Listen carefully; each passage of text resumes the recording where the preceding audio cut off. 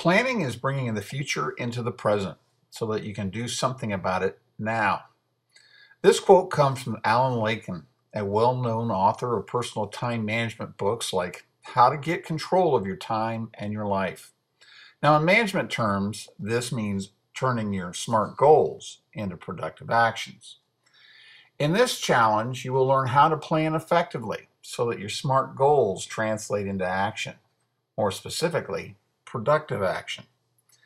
The plans you establish can vary in length and complexity depending on the nature of the goals you want to achieve and the environment in which you are working to achieve them. But the thing to remember is that effective planning always starts with SMART goals.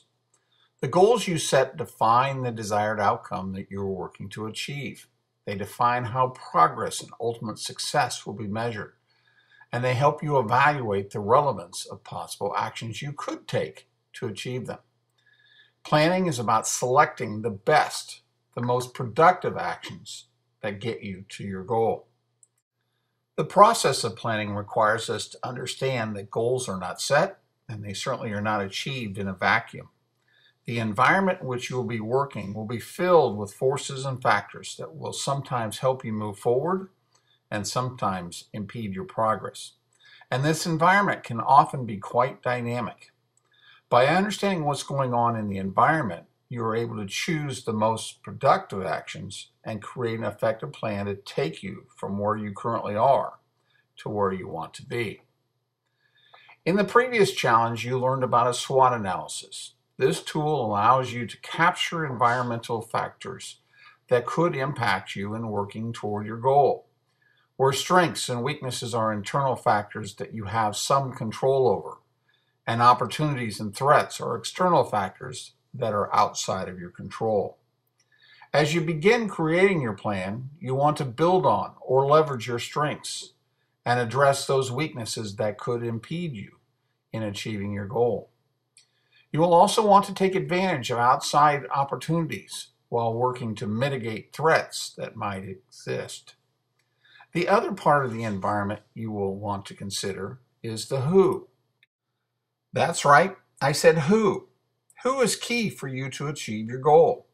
Who can help you move forward? And who could impede your progress? In business, the who could be key markets or accounts that you need to plan to impact. These can be markets and accounts that have helped contribute to your success in the past or offer great potential to contribute to your success in the future. The who can also be key customers or other influencers, both internal and external, those that have the power to give or impede access to resources you may need to execute your plan and achieve your goal. As you begin to create your plan, it is important to understand where you currently are with these key influencers. What type of relationships do you have with these people? And what do they want or what do they need? Once you have a clear understanding of the current situation around your SMART goal, then you can begin creating your plan.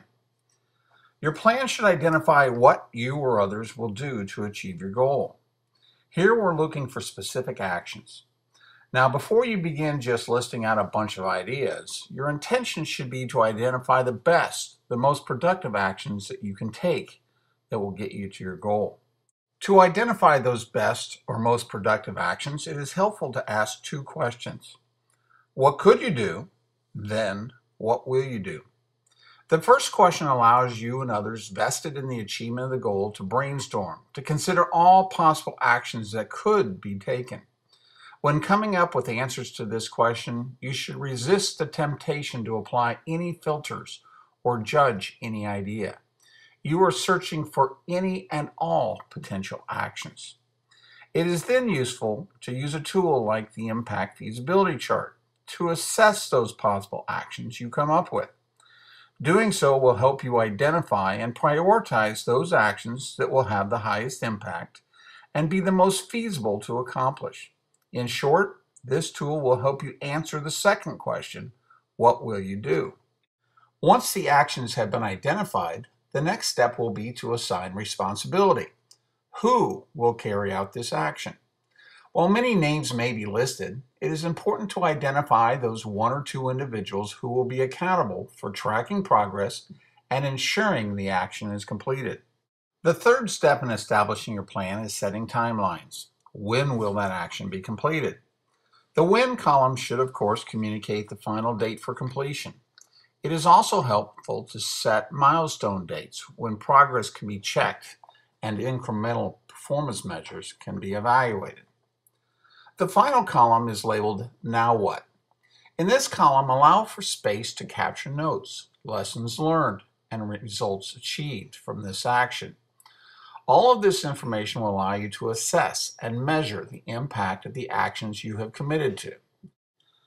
The what, the who, the when, and the now what form the basis of an effective plan. But there's one thing you need to remember, that a plan does not ensure success.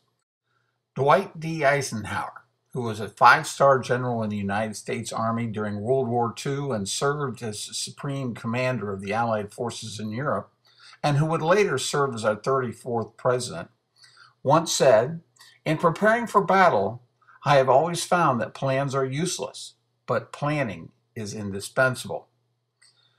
The lesson to be learned is this: you are better to create your plans in pencil than in pen, because things change, the environment changes, priorities change, the people change, even goals change. This dynamic change requires plans to change. And here's one more quote for you to consider. Success doesn't necessarily come from breathtaking innovation, but from flawless execution. A great strategy, or in our case, a great plan, alone won't win a game or a battle. The win comes from basic blocking and tackling. This comes from Naveen Jain, the founder and former CEO of InfoSpace. Here's the bottom line: the planning is not over when the plan is created. Let me emphasize that the plan is important because it lays out a path for you and others to know and to commit to those things that need to be done to accomplish your most important goals. It establishes and communicates responsibilities and accountabilities, and it establishes timelines. However, even great plans have to be executed if they are to generate results. Those results have to be measured to ensure the right results are being delivered. They need to be measured to determine if the right actions were selected in the first place. And they need to be measured to assess whether the right people had the right knowledge and skills and the right resources to execute them. This type of analysis, done while continually scanning your environment to new opportunities and new threats, allows you to confirm and adjust your priorities. The true purpose and value of planning is to ensure that the plan you are executing is the best plan, the most productive plan, and maybe even the shortest plan to take you from where you are now to where you want to be.